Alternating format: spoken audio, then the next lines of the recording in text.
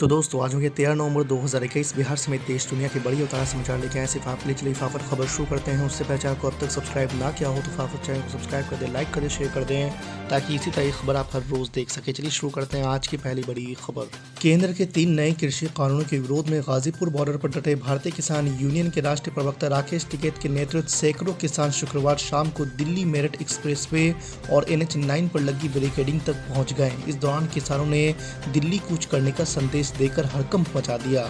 हालांकि किसानों ने अभी इसे महज दिल्ली जाने का रिहर्सल बताया है। दूसरी बड़ी खबर, राजधानी दिल्ली में जिन लोगों ने कोविड-19 की अब तक पहली डोज नहीं ली है और जिनकी दूसरी डोज बाकी है, उनका घर घर जाकर टीकाकरण करने का अभियान शुक्रवार को शुरू हो गया है। केंद्र सरकार ने हाल ही में 1 महीने तक चलने वाले हर घर दस्तक अभियान की शुरुआत की थी ताकि ये सुनिश्चित किया जा सके कि टीकाकरण से कोई भी व्यक्ति वंचित न रहे।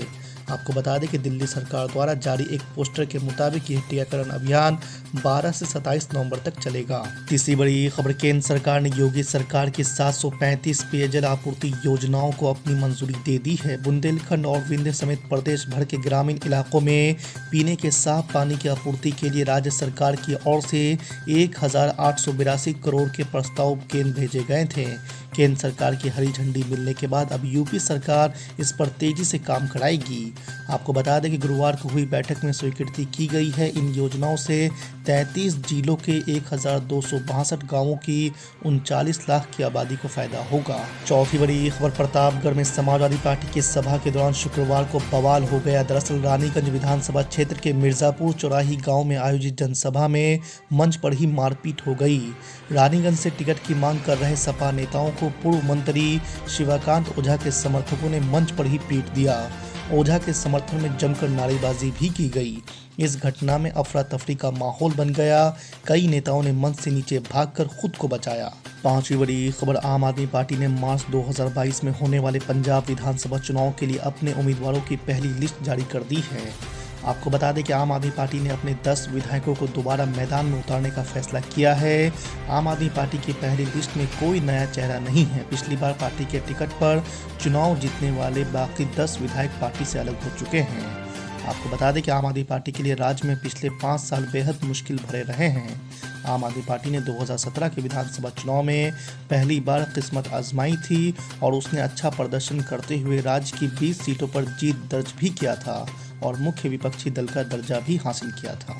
छठी बड़ी खबर, देश में कोरोना के केस कम होने के साथ ही रेलवे मंत्रालय ने यात्रियों को बड़ी राहत दी है। कोरोना संकट के दौरान पटरियों पर दौड़ रही स्पेशल ट्रेनों का संचालन मंत्रालय ने बंद कर दिया है। इससे यात्रियों को किराए पर राहत मिलेगी। आपको बता दें कि इससे पहले कोरोना के दौरान यात्रियों को सफर के लिए 30% ज़्यादा किराया देना पड़ रहा था। शुक्रवार देर शाम रेलवे बोर्ड ने एक सर्कुलर जारी किया। जारी सर्कुलर के मुताबिक ट्रेनों के प्रकार और यात्रा को लेकर नए दिशा निर्देशों के साथ नियमित किराए का संचालन किया जाएगा। सातवीं बड़ी खबर, लुधियाना में डेंगू का डंक थमने का नाम नहीं ले रहा है। इसका अंदाजा इसी बात से लगा सकते हैं कि डेंगू के डंक ने बीते 5 साल की रिपोर्ट को तोड़ दिया है। आपको बता दें कि प्रतिदिन 15 से 20 डेंगू पीड़ित सामने आ रहे हैं। शुक्रवार को लुधियाना में डेंगू पीड़ितों की संख्या 1534 पहुंच गई है, जो कि बीते 5 साल में सबसे ज्यादा है। आठवीं बड़ी खबर, उत्तर प्रदेश की सियासत में अपना राजनीतिक आधार स्थापित करने के लिए ऑल इंडिया मजलिस इत्तेहादुल मुस्लिमीन के प्रमुख असउद्दीन अवैसी खूब एक्टिव है। ओवैसी इन दिनों सूबे के मुस्लिम बहुल इलाकों में जमकर जनसभाएं कर रहे हैं। असउद्दीन अवैसी के इन जनसभाओं के भाषणों पर गौर करें तो उनमें एक संदेश साफ नजर आता है। आपको बता दें कि इमाम चीफ असउद्दीन अवैसी ने गुरुवार को पश्चिमी यूपी के मुरादाबाद में एक जनसभा में 1980 के मुरादाबाद दंगे याद दिलाए। उन्होंने 13 अगस्त 1980 को मुरादाबाद की ईदगाह में हुई पुलिस फायरिंग की तुलना जलियांवाला बाग से कर डाली। क्या तुमको याद है कि 13 अगस्त 1980 ईद का दिन ईदगाह में पुलिस की फायरिंग हुई थी मुरादाबाद में? कितने लोग मारे गए? 300 मुसलमान मारे गए थे। 300 मुसलमान मारे गए थे। यानी अंग्रेजों के जमाने में जनरल डायर ने किया था, तो उस वक्त कांग्रेस की सरकार ने 1980 13 अगस्त को 300 मुसलमानों को शहीद कर दिया गया था। मैं अभी रास्ते से आ रहा था, हमारे जानने वाले बुजुर्ग थे, मैंने उनको सलाम किया और कहा कि मैं आपके शहर को जा रहा हूं। तोड़ने मंच के सामने कहा कि मैं आपके शहर को जा रहा हूं और 13 अगस्त 1980 के वाक़े का जिक्र करूंगा, तो उस बुजुर्ग ने कहा कि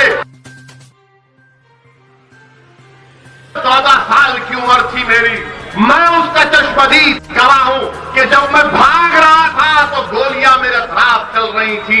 वो शख्स बरतानिया को जाता है, वो शख्स कनाडा को जाता है, वो शख्स यूरोप को जाता है, और उनके अल्फाज ये कि अगर मैं सर्दी में भी यूरोप, कनाडा, बरतानिया में रहता हूं तो रात में पसीने से उठ जाता हूं जब उस वाक़े को याद करता हूं। ये वाक़या हुआ उस वक्त मरहूम सैयद शहाबुद्दीन एमपी का वो लेटर में पढ़ा हूं जिसमें साहब ने बताया था कि सिर्फ पुलिस गोलियां चला रही थी, कोई पत्थर नहीं आया था। मेरे अजीज दोस्तों और बुजुर्गों, ये वाक़े को इसलिए याद दिला रहा हूं कि नौजवानों को अपनी तारीख याद रखना है। अगर तुम तारीख भूल जाओगे तो तारीख दोहराएगी, याद रखो। मैं डराने के लिए नहीं कह रहा हूं, जो कौम तारीख को भूल जाती है तो तारीख उसको दोहराई जाती है कि देखो ऐसा हुआ है और होगा। तो इसीलिए बताने का मकसद ये है कि उस वक्त भी जब ये वाकया हुआ था 13 अगस्त 1980 का, उस वक्त भी अखबारों में लिख दिया गया, बड़े बड़े अखबारात में, कि मुसलमानों ने पत्थर फेंके थे।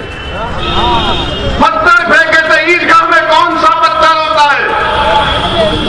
गोलियां चलाई गई थी, बड़े बड़े राइटर्स लिख दिए, कई मैगजीन में आगे आके वो पूरा पढ़ के आया हूं, मुझे याद है अच्छी तरह से। सबने कह दिया कि मुसलमान ने पत्थर फेंके। 1980 और आज हम 2021 में कोई हालात नहीं बदले, कोई हालात नहीं बदले।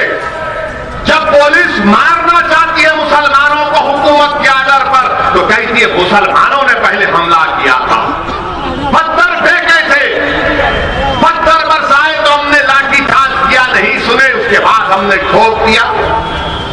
मेरे अजीज दोस्तों और बुजुर्गों, ये हालात है। और ये इसलिए कह रहा हूं कि आज उत्तर प्रदेश में 2 दिन पहले कल का एक वाकया, आज का वाकया, इसको सामने रखो आप।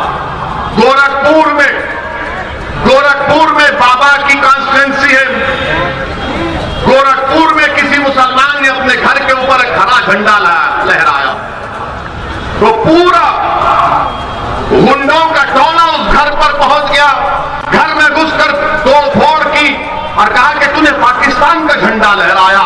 उल्टा घर में घुसकर तोड़फोड़ की, मुसलमान पर केस बुक कर दिया बाबा की पुलिस ने। वो पाकिस्तान का झंडा नहीं है, मगर नफरत इतनी फैला दी गई है मुसलमानों के ताल्लुक से कि जहां कहीं इनको हरा दिखता है ये लाल हो जाते।